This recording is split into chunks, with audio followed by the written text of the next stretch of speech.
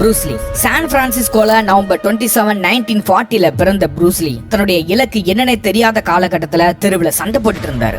அத பார்த்த ப்ரூஸ்லியோட ஆசிரியர் ப்ரூஸ்லியை திருத்த முயற்சி பண்ண விளைவா அவரோட வாழ்க்கையே மாறி மார்ஷல் ஆர்ட்ஸ் மேல அவர் வச்சுக்கிற காதல் புரிய ஆரம்பிச்சது. அந்த மார்ஷல் ஆர்ட்ஸ் தான் அவரை ஹாலிவுட்டுக்கும் போக வச்சது, ப்ரூஸ்லிய உலகம் முழுக்க தெரிய வச்சது. அவரோட அடையாளமா இருந்த மார்ஷல் ஆர்ட்ஸ் என்னன்னா ஜீட் கியூண்டோ. ஆனா அதையும் தாண்டி அவருக்கு நிறைய விஷயங்கள் தெரிஞ்சிருந்தது. கும்ஃபு, பாக்ஸிங், விங்ஷூன், டாக்வாண்டா, ரெஸ்லிங், ஃபென்சிங், இந்த மாதிரி சொல்லிட்டே போகலாம். ஆனா இந்த சண்டை பயிற்சி மட்டும் அவர் வெற்றியாளரா மாத்தல. ப்ரூஸ்லியோட வாழ்க்கையின் பாடம் மூலமா நிறைய விஷயங்களை அவர் கத்துக்கிட்டாரு. ப்ரூஸ்லி ஒரு தத்துவ ஞானின்றது எத்தனை பேருக்கு தெரியும்?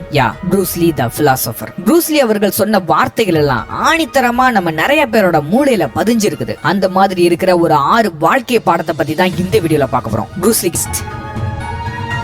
Number 1, apply. நாம என்ன நினைக்கிறோமோ அப்படிதான் நம்ம வாழ்க்கையும் மாறும். ஈர்ப்பு விதி அதை தான் சொல்லுது. ஆனா ப்ரூஸ்லி என்ன சொல்றாருன்னா, நீ நினைச்சிட்டே இருந்தா மட்டும் வாழ்க்கையில வெற்றி பெற முடியாது, செயல்படணும். மேபி லா ஆஃப் அட்ராக்ஷன்ல கூட ஒரு லாங் டைம் கோலா வச்சிருப்போம், அதை இன்னைக்கு நாளைக்குன்னு உடனே பண்ண முடியாதுதான். ஆனா உங்களால முடிஞ்சா ஒரு சின்ன ஸ்டெப் எடுத்து வைக்க முடிஞ்சா கண்டிப்பா அதை வைங்க. அதை தான் ப்ரூஸ்லி சொல்ல வராரு. ஒரு விஷயத்த நீங்க பண்ணணும்னு ரொம்ப ஆசைப்படுறீங்க, அதை பத்தி நினைச்சிட்டே இருக்கிறீங்க. உங்களை சுத்தி இருக்கிறவங்க எல்லார்கிட்டையும் இதை பண்ணலாம்னு ஐடியால இருக்கிறேன் அப்படின்னு சொல்லி எல்லார்கிட்டையும் சஜஷன் கேக்குறீங்க. அப்ப யாராவது உங்ககிட்ட வந்து இவ்வளவு விஷயம் தெரிஞ்சு வச்சிருக்கிறேல்ல, அப்ப இறங்கி பண்ண வேண்டியதானே அப்படின்னு யாராவது கேட்டாங்கன்னா, இல்ல அவசரப்படக்கூடாது, எல்லாத்தையும் தெரிஞ்சுக்கிட்டு தான் நான் அதுல இறங்கணும், அப்பனா தான் அதுல தோத்து போக மாட்டேன் அப்படின்னு சொல்லுவீங்க. நம்மள நிறைய பேர் அப்படிதான் இருக்கிறோம். ரொம்ப பெரிய விஷயங்கள் கூட வேண்டாம், சின்ன சின்ன விஷயங்கள்ல கூட இப்ப இதை பண்ணலாமா வேணாமான்னு யோசிச்சு அந்த வேலையை நம்ம தள்ளி போட்டுட்டே இருக்கிறோம். டெய்லி ஒரு 2 பேஜாவது படிக்கணும்னு நினைப்போம், இல்லைன்னா காலையில குறைஞ்சது 7 மணிக்காவது முழிக்கணும்னு நினைப்போம். அந்த நேரத்துல நம்ம மூளைக்குள்ள ஒரு போராட்டமே நடக்கும். இதை பண்ணலாமா வேணாமா, இன்னும் கொஞ்ச நேரம் கழிச்சு பண்ணிக்கலாம், இல்ல நாளைக்கு பண்ணிக்கலாமா அப்படின்ற மாதிரி ஒரு பெரிய போராட்டமே நடக்கும். நம்ம வாழ்க்கையில பல நேரங்கள்ல தோத்து போறதுக்கு காரணம் நாம முடிவெடுத்த செயலை தள்ளி போடுறதுதான் ப்ரோக்ராஸ்டினேஷன். சோம்பேறிகள் தான் வேலையை தள்ளி போடுவாங்க, ஒழுக்கம் இல்லாதவன் தான் நேரத்துக்காக காத்திருப்பான். நம்மள முக்காவாசி பேர் சோம்பேறிகளா இருந்திருப்பாங்க, ஒழுக்கம் இல்லாதவங்களா இருந்திருப்பாங்க. ஆனா ஒரு காலகட்டத்துக்கு அப்புறம் கண்டிப்பான முறையில இதை நான் மாத்தியே ஆகணும், என் வாழ்க்கைக்கும் சரி என் வெற்றிக்கும் சரி இதுதான் பெரிய தடங்களா இருக்குது அப்படின்னு புரிஞ்சு அதுல இருந்து வெளியே வரணும். நெப்போலியன் ஹில் என்ன சொல்றாருன்னா, வெற்றியாளர்கள் ஒரு முடிவு எடுக்கிறாங்கன்னா அதை உடனே செஞ்சிருவாங்க, ஆனா தோல்வியாளர்கள் ஒரு முடிவை எடுத்துட்டு அதை பண்ணவா வேணாமான்னு யோசிச்சே இருப்பாங்க அப்படின்னு சொல்றாரு. சோ ஒரு விஷயத்தை முடிவெடுத்தீங்கன்னா அதை உடனே செய்ய முயற்சி பண்ணுங்க. அதுக்கப்புறம் தானாகவே அது உங்களை ஒரு நல்ல பாதைக்கு தான் கூட்டிட்டு போகும். Number 2, easy life.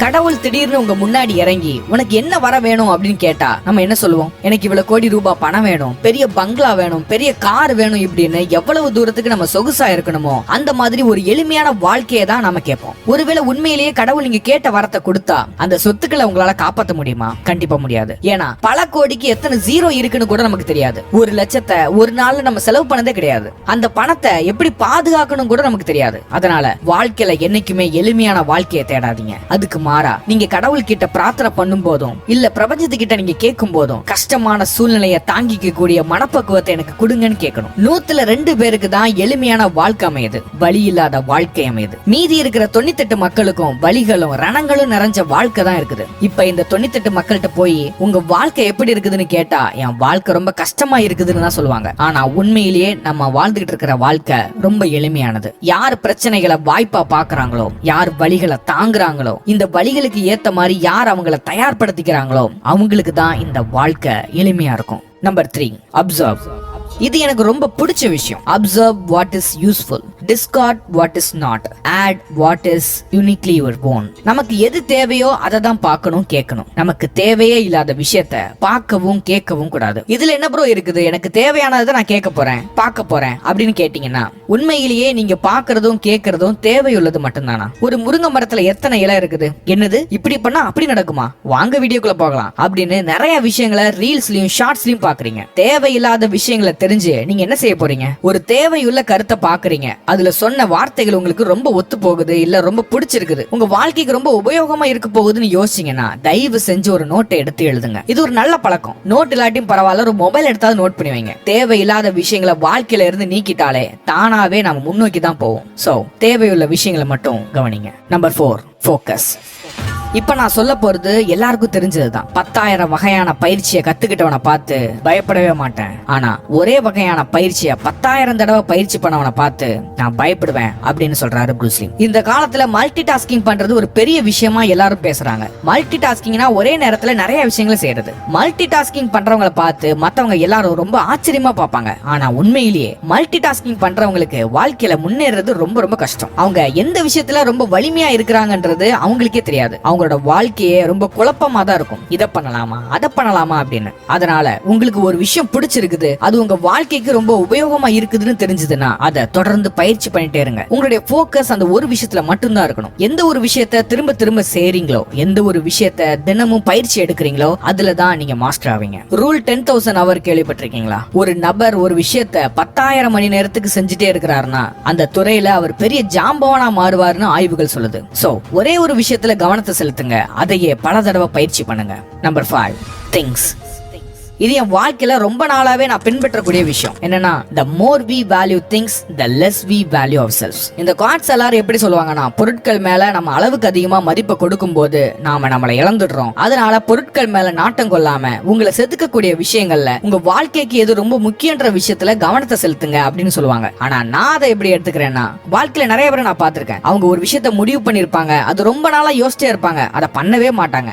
ஏன்னு கேட்டா அதுக்கு ரொம்ப முக்கியமான காரணமா என்ன சொல்லுவாங்கன்னா, எனக்கு அது இருந்தாதான் பண்ணுவேன், இந்த விஷயம் இருந்தா என்னால சூப்பரா பண்ண முடியும், கொஞ்ச நாள் ஆகட்டும் அப்படின்னு சொல்லி தள்ளி போட்டே இருப்பாங்க. பெர்ஃபெக்ட்டா நமக்கு எதுவுமே கிடைக்காது. ஏன் நீங்களே பெர்ஃபெக்ட் கிடையாது. ஆப்பிள்ல இருந்து மெட்டான்னு சொல்லக்கூடிய ஃபேஸ்புக் வரைக்கும் எல்லாருமே ஏதோ ஒரு இடத்துல தான் ஆரம்பிச்சாங்க. அவங்க கிட்ட என்ன இருக்குதோ அதை வச்சு ஆரம்பிச்சாங்க. உங்க கிட்ட நிறைய விஷயங்கள் இருக்குது, அதை கொஞ்சம் பாருங்க, அதை வச்சு என்ன பண்ணலாம்னு யோசிங்க. பொருட்களுக்கு மட்டுமே நீங்க மதிப்பு கொடுத்துட்டே இருந்தீங்கன்னா உங்களை நீங்களே இழந்துருவீங்க. பொருட்களை விட அதிக மதிப்புள்ளது உங்க மூளை. அதை சரியா பயன்படுத்த தெரிஞ்சாலே நீங்க நினைச்ச விஷயத்தை அடைஞ்சிடலாம். இதுல மதிப்புன்றது ரொம்ப முக்கியமான விஷயம். காசு வேணும்னு நீங்க நினைக்கலாம், பெரிய வீடு வேணும்னு நினைக்கலாம். அதுக்கு உங்களுடைய மதிப்பை நீங்க கூட்டிக்கிட்டே இருக்கும்போது தானாகவே நீங்க நினைச்ச பணமும் வரும், நீங்க நினைச்ச வீடையும் உங்களால கட்ட முடியும். சில பேர் எனக்கு மரியாதையை கொடுக்க மாட்டேங்கிற, மரியாதை கொடுத்து பேசு, எல்லாருக்கும் இன்விடேஷன் வச்சிருக்க, எனக்கு மட்டும் ஏன் வைக்கல அப்படின்னு மரியாதையை கேட்டு சண்டை போட்டு வாங்குவாங்க. அப்படி இல்லாம உங்க மதிப்பை உயர்த்த என்ன பண்ணணுமோ அதை பண்ணுங்க. உங்களுடைய மதிப்பு உயர்ந்து நீங்க மேல போகும்போது உங்களை மதிக்காத நபர்கள் கூட உங்களை தேடி வருவாங்க. அப்பையும் சில கேவலமான பிறவிகள் உங்களை வேணும்னே மதிக்க மாட்டாங்க. வானத்துல பறக்கிற கழுக பார்த்து நாய் குலைச்சதுன்னா கழுகு வருத்தப்படுமா? அந்த மாதிரி அதெல்லாம் தட்டி விட்டு போயிட்டே இருக்கணும். சோ பொருட்கள் மேல மதிப்பு கொடுக்காம உங்களை நீங்க மதிக்க ஆரம்பிங்க. நீங்க நினைச்சது தானாகவே உங்களை தேடி வரும். Number 6, water.